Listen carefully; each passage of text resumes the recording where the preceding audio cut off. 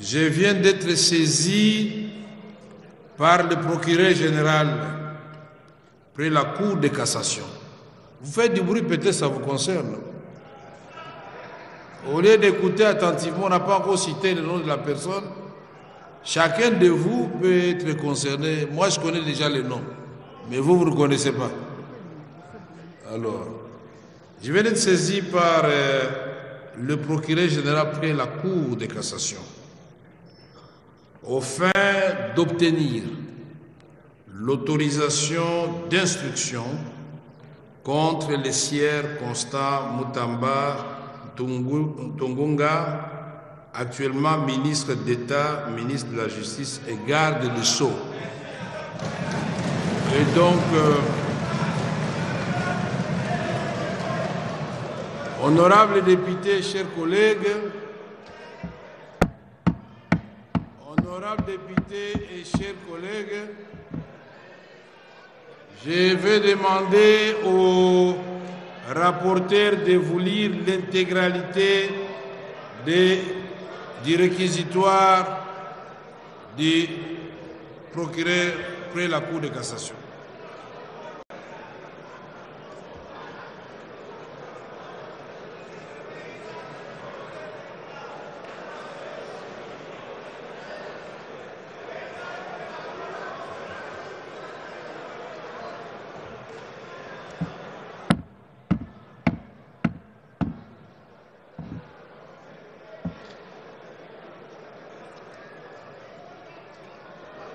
Vous avez la parole, honorable rapporteur, et j'invite les députés à vous suivre attentivement.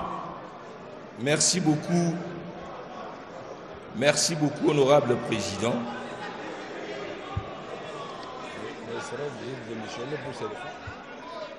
Réquisitoire du procureur général près la Cour de cassation aux fins d'obtenir l'autorisation d'instruction contre les sieurs Constant Mutamba Ntongonga, actuellement ministre d'État, ministre de la Justice et garde des Sceaux. À l'honorable président de l'Assemblée nationale, aux honorables membres du bureau de l'Assemblée nationale. Et l'a dit, est-ce que vous pouvez vraiment garder... Alors, donc, vous ne voulez pas qu'on lise? Mais alors, suivez quand même attentivement. Honorable Ladi, pouvez vous asseoir, s'il vous plaît.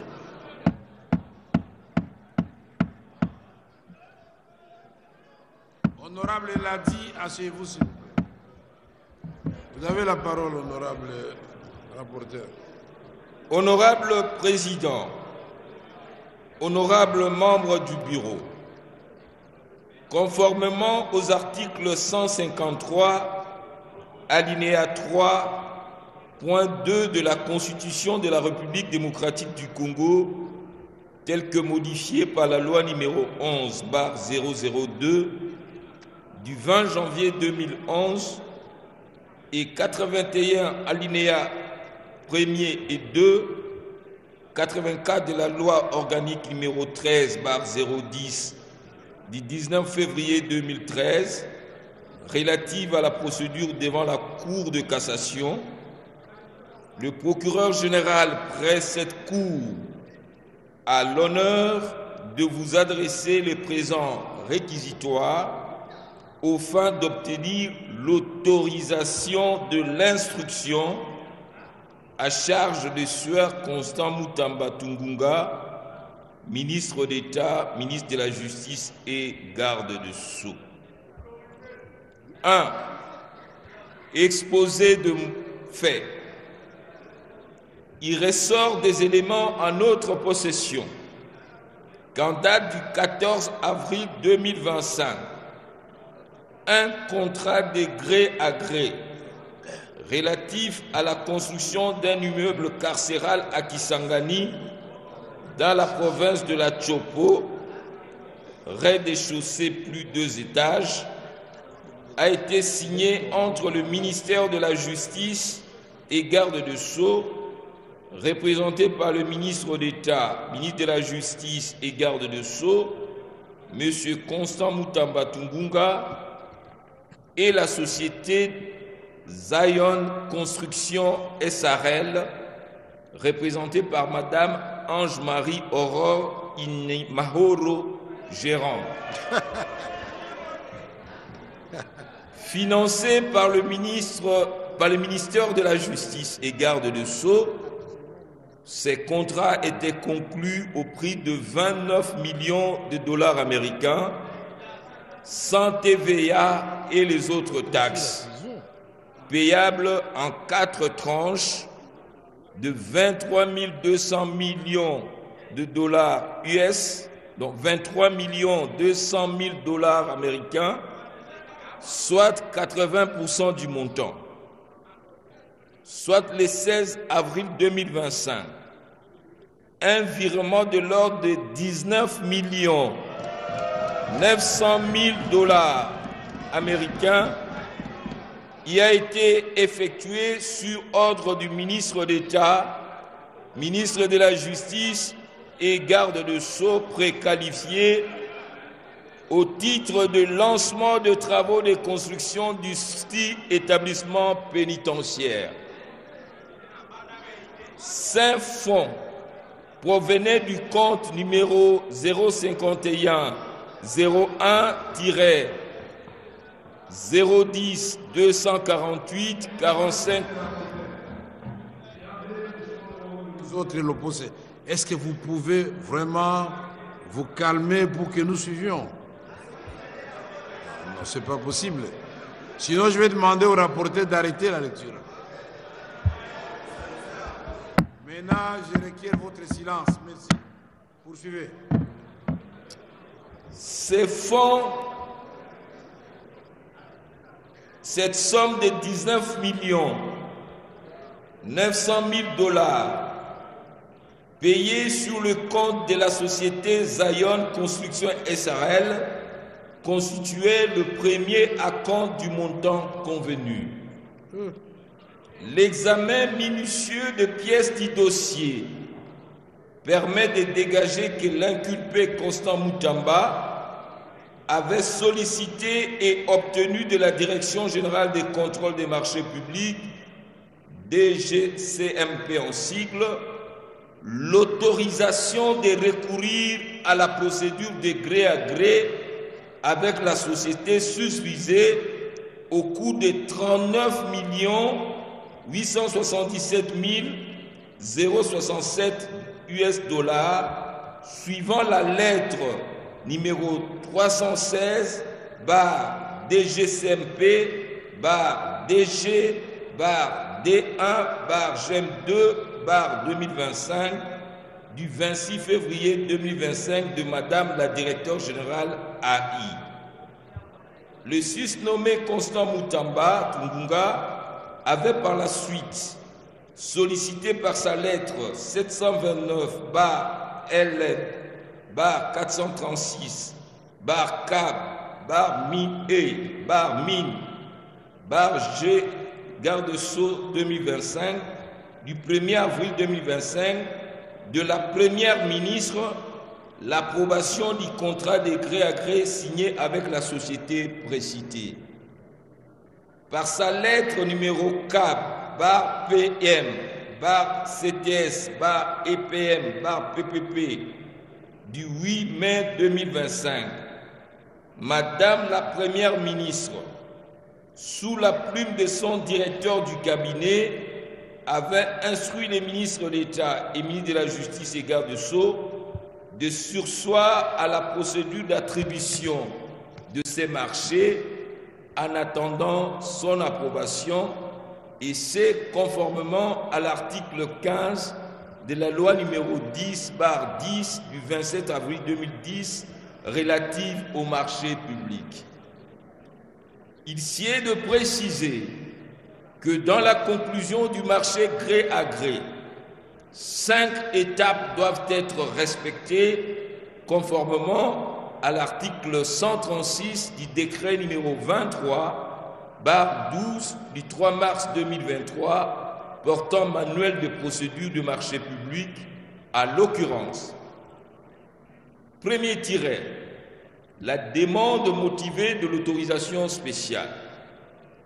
Deuxième tiret, la notification par la DGCMP de l'autorisation spéciale de conclure un marché de gré à gré.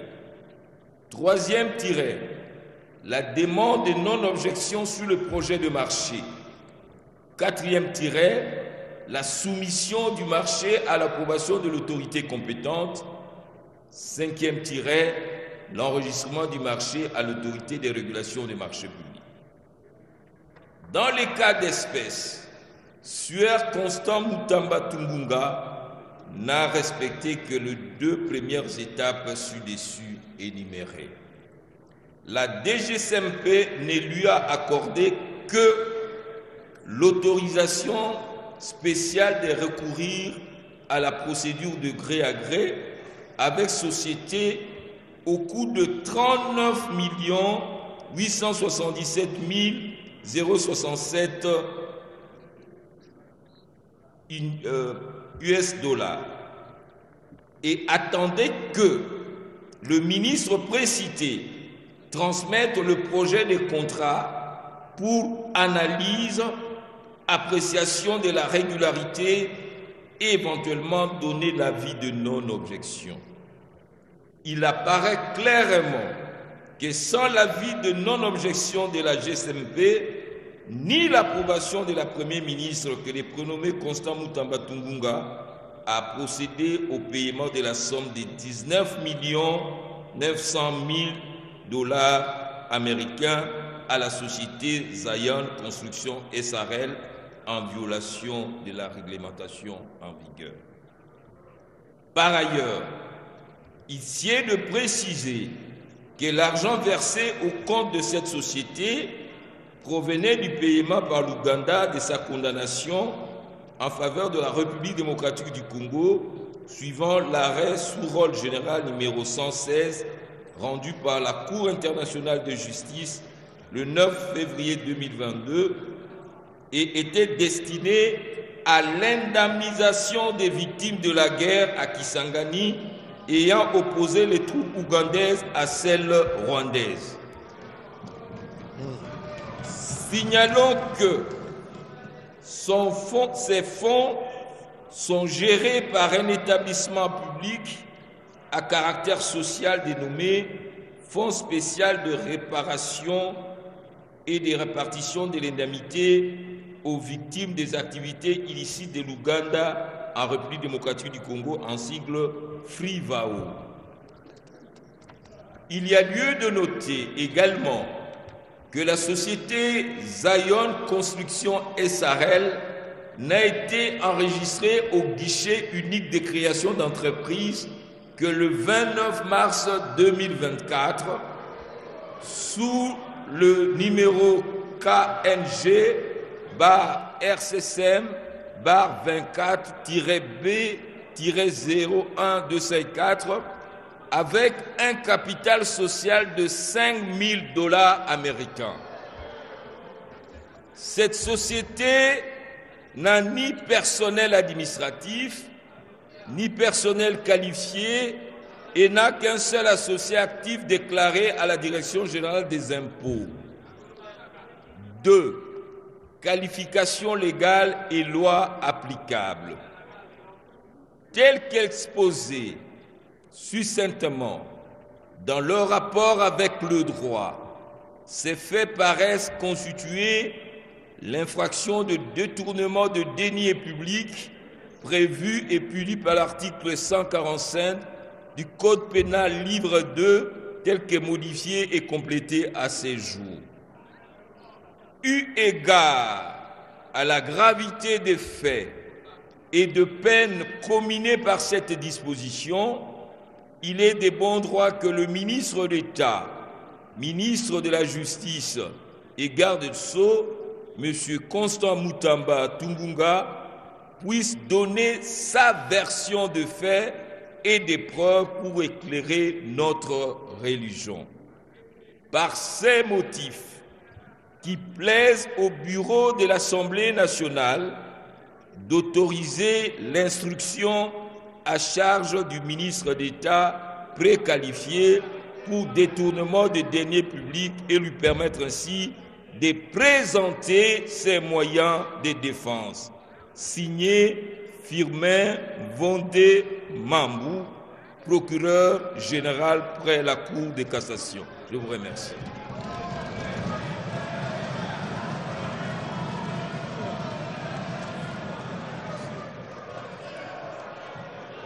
Honorables députés et chers collègues, nous allons demander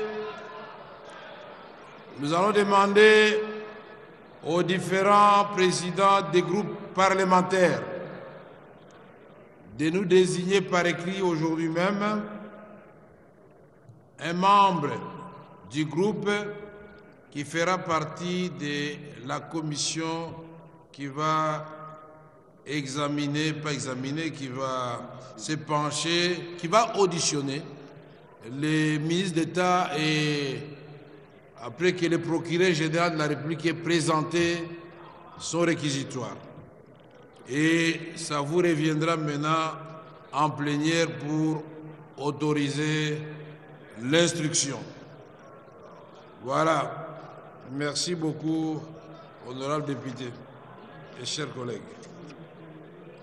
Honorables députés, chers collègues, nous passons sans plus tarder au second point consacré au contrôle parlementaire par l'audition de la question orale avec débat adressée à Monsieur le directeur général de l'Office des voiries et drainage. Hier, le 20 mai, contre un député national en fonction, jouissant de ses immunités jusqu'à preuve du contraire non levé par cette Chambre. Il s'agit bien du collègue Matata Ponyo Mapon.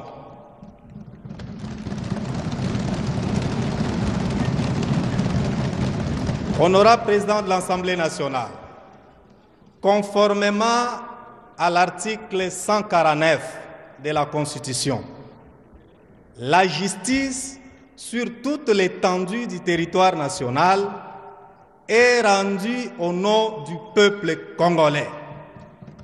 Et c'est nous qui représentons ce peuple congolais-là. Bien que le juge, dans l'exercice de ses fonctions, soit soumis à l'autorité de la loi, mais les décisions judiciaires que ces derniers prononcent, il ne le prononce pas à son nom. Il le prononce au nom du peuple congolais. Et nous, en tant que législateurs, nous ne pouvons pas accepter que des décisions iniques soient rendues au nom du peuple congolais. Nous ne pouvons pas non plus accepter, cautionner des erreurs jurisprudentielles rendues par la haute cour du pays, laquelle cour est censée être gardien, veiller à l'application et la bonne de toutes les dispositions législatives et réglementaires en République démocratique du Congo. C'est pourquoi nous ne pouvons non plus, honorable président, puisque ces décisions sont rendues au nom du président de la République, ce n'est pas non plus au nom de ces juges. Ces décisions, j'allais dire exécutées. J'allais dire, honorable président, puisque ces décisions sont exécutées au nom du président de la République, nous, en tant que représentation nationale, la seule qui avons été élus aux côtés du président de la République, au nom duquel ces décisions sont censées être exécutées, n'acceptons pas, honorable président, que des décisions iniques, entachées d'irrégularité, soient exécutées au nom du président de la République. C'est pourquoi, honorable président de l'Assemblée nationale, honorable membre du bureau, honorable député, la justice de notre pays vient de connaître un coup dur que nous n'allons non plus accepter. Ainsi, conformément à l'article 107 de la Constitution à son dernier alinéa, ainsi qu'à l'article 105, alinéa 4 et 5 de notre règlement intérieur, qu'il plaise à l'auguste plénière de l'Assemblée nationale de bien vouloir adopter et responsabiliser votre bureau, honorable président, à pouvoir saisir la Cour constitutionnelle pour la surséance de l'exécution de la décision prise contre notre collègue jouissant pleinement de ses immunités parlementaires.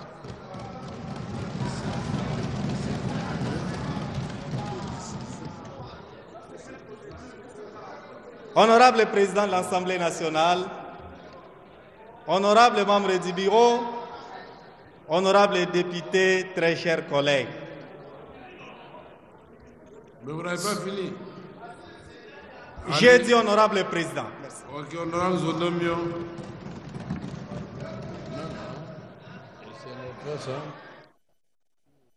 Honorable président, honorable député, chers collègues, honorable Zoum est un chef coutumier. Il a tenté quand même de m'intimider un peu. J'ai été électrocuté. Alors, honorable président, honorable député, chers collègues, prenant la parole ce jour, honorable président, je m'interroge sur une situation qui concerne principalement les victimes de Kisangani, les victimes de la guerre d'agression qu'a connue la RDC. Et j'aimerais que vous puissiez m'accorder le temps pour que... Un instant, honorable Zonomio. Quand vous aviez inscrit vos noms sur le même papier, je croyais que c'était la même motion. Terminons d'abord avec la première motion pour vous asseoir. Alors, souffrez que je puisse alors aborder la motion d'hier. La motion dans le même sens que l'honorable Zouma. Honorable président, le juriste que nous sommes, nous nous interrogeons. Nous nous interrogeons effectivement parce qu'il est vrai que les décisions de la Cour constitutionnelle sont exécutoires et s'opposent au pouvoir public. Eh bien, c'est le principe. Le droit résidant dans les nuances, il était nécessaire de comprendre l'essence de l'intervention de l'honorable Zouma qui sollicitait de la plénière, au vu de la décision rendue, que nous puissions nous prononcer, puisque nous en avons le droit, et ça c'est le constituant qui nous le donne, de suspendre la détention du collègue. Ça c'est la nuance, et c'est dans ce sens qu'il fallait le comprendre, et cela ressort de l'esprit de l'article 107 en son dernier alinéa. Maintenant, honorable président, nous nous interrogeons parce que nous sommes sortis de l'école de droit non sans distinction. Comment se fait-il que vous avez parlé à plusieurs reprises, vous avez écrit au nom de cette représentation nationale et en écrivant, vous vous êtes effectivement interrogé parce qu'aujourd'hui, c'est l'ensemble des députés qui sont en insécurité juridique. Nous nous interrogeons. Notre juge naturel, c'est le juge de cassation. Et pour qu'il nous poursuive, il faut une double levée d'immunité, c'est-à-dire la levée de notre responsabilité et la levée de notre inviolabilité. C'est ce que dit, n'est-ce pas, les théories de droit en matière des immunités. Et le juge de l'ancien Premier ministre, à en croire l'arrêt en interprétation de la Cour constitutionnelle, donc la Cour constitutionnelle, a poursuivi un ancien Premier ministre sans que le Congrès ne se réunisse et que le Congrès le mette en accusation. Ce sont là ce que nous pouvons considérer comme des risques épistémiques et même, je dirais, juridiques que la Haute Cour a voulu enseimer au travers de son arrêt rendu hier. Il est vrai, honorable président, qu'aujourd'hui, nous ne pouvons pas débattre des arrêts de la Cour, mais il n'est pas moins vrai non plus que nous devons prendre nos responsabilités face à l'histoire. Honorable président, la sagesse ancienne, que pour lutter contre une érosion, il faut assister le voisin menacé des têtes d'érosion. C'est bien parce qu'on a des experts ici, le DG de l'OVD qui est venu. Aujourd'hui, plus nous laissons des maisons être emportées, mais plus l'érosion devient grande et en fin de compte, on va se retrouver ici, nous serons sans main-d'œuvre, vous y compris, honorable président, et il n'y aura personne pour assister qui que ce soit. Évitons d'arriver à cela. On vous a fait confiance, nous faisons confiance au président de la République, mais n'oublions pas que la politique que nous faisons, nous devons la faire avec beaucoup d'humilité. Je suis de la majorité, nous défendons le président de la République, il a fait appel, n'est-ce pas, au-delà de la lutte contre l'impunité, à l'idée de la cohésion nationale.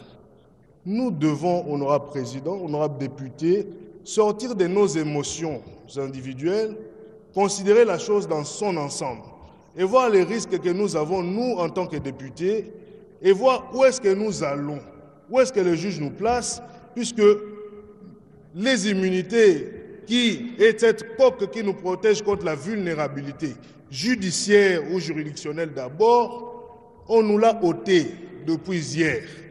Nous sommes là dans une immunité théorique.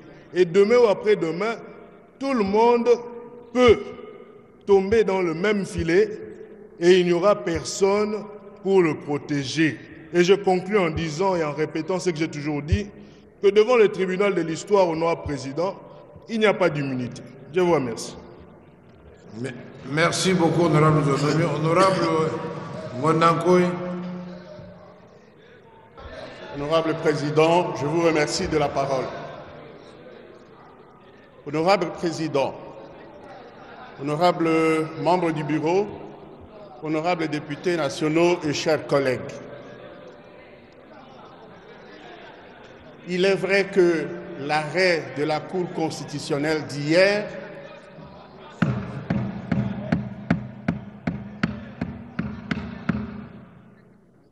je disais, honorable président,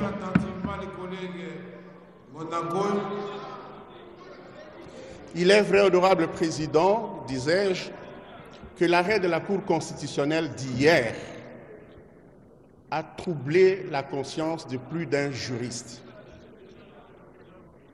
Et en commençant par nous, les constitutionnalistes. L'équation était simple. Ou bien les collègues Matata étaient poursuivis pour avoir commis une infraction de détournement dans le cadre du projet Bukanga-Lozo, et ce, dans l'exercice de ses fonctions de Premier ministre, auquel cas, effectivement, son juge naturel est la Cour constitutionnelle, ou bien les collègues a été poursuivi comme député national et à ce titre, il n'est pas justiciable de la Cour constitutionnelle. Mais puisque la Cour constitutionnelle s'est déclarée compétente et puisqu'on l'a poursuivi du chef de détournement dans le cadre du projet de Bukanga-Lozo, au nom du principe de la cristallisation des faits en droit pénal, la Cour était liée par la procédure d'une double demande de levée comment dirais-je, d'autorisation de poursuite et de mise en accusation.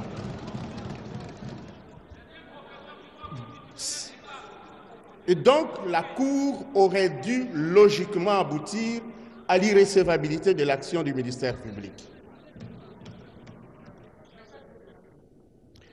Mais, honorable Président, l'article 151, alinéa 2 de la Constitution, nous interdit malheureusement de statuer sur des différends juridictionnels et même de nous opposer à l'exécution des décisions de justice.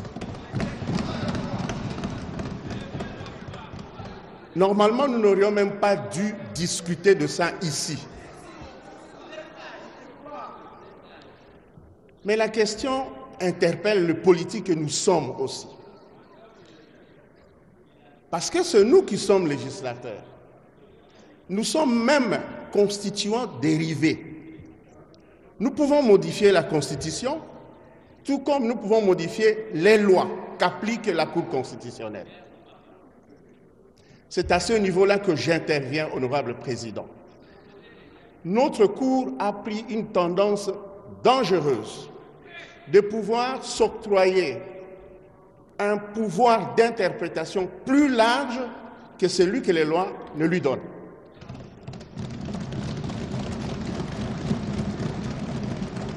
Il y a une théorie qui a été appliquée là-bas, honorable Président, que la Cour constitutionnelle est l'organe régulateur des pouvoirs publics et de la vie politique, en s'inspirant de l'exemple béninois. Mais au Bénin, cette compétence est expressément attribuée à la Cour constitutionnelle par la Constitution. Chez nous, le juge constitutionnel se l'est attribué motu proprio, c'est-à-dire de par sa propre volonté. Alors même que la loi organique sur la Cour constitutionnelle dit que la Cour n'a des compétences que celles qui lui sont dévolues par la Constitution, et ces articles de la Constitution sont énumérés à l'article 41 ou 49. La Cour, allant au-delà, s'est octroyé un pouvoir de régulatrice de la vie politique. Ceci est une dérive dangereuse, honorable Président.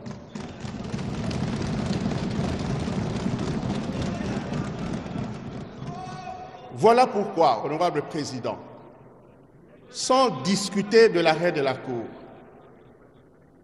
sans s'opposer à son exécution, la première démarche à faire, honorable Président, c'est que vous, notre Président, dans le cadre d'une réunion interinstitutionnelle présidée par le chef de l'État, que ceci soit évoqué. Et deuxièmement, oui, je suis moi-même auteur de 2 propositions de loi, aussi bien sur la Cour constitutionnelle que sur les référendums. Dans ces cadres-là, chers collègues, il faut que nous puissions prendre nos responsabilités pour dire à notre Cour ce qu'elle doit faire. Il y a une différence. Il y a une différence nette dans une démocratie entre les représentants du peuple qui édictent des normes et les juges qui ne font que les appliquer. Le juge ne peut pas se substituer au législateur pour pouvoir s'attribuer des compétences qu'il n'a pas.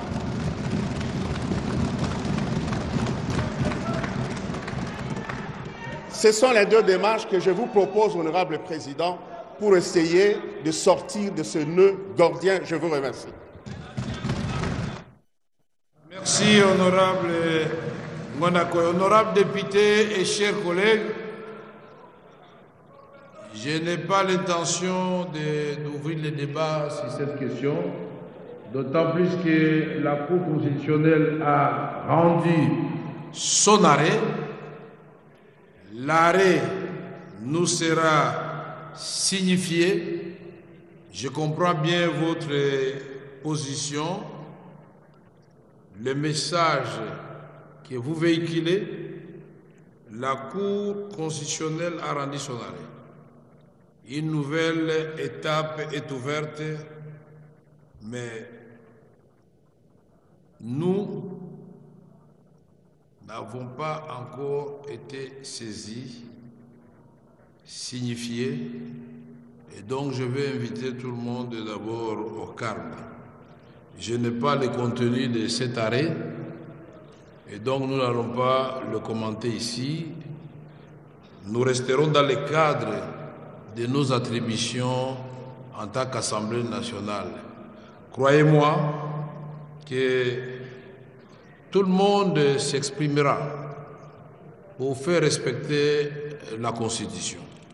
J'ai entendu ici des pour et des contre. Non, il y a eu une motion et moi je viens d'arrêter le débat à ce stade-ci parce que nous risquons nous-mêmes de glisser dans l'inconstitutionnalité.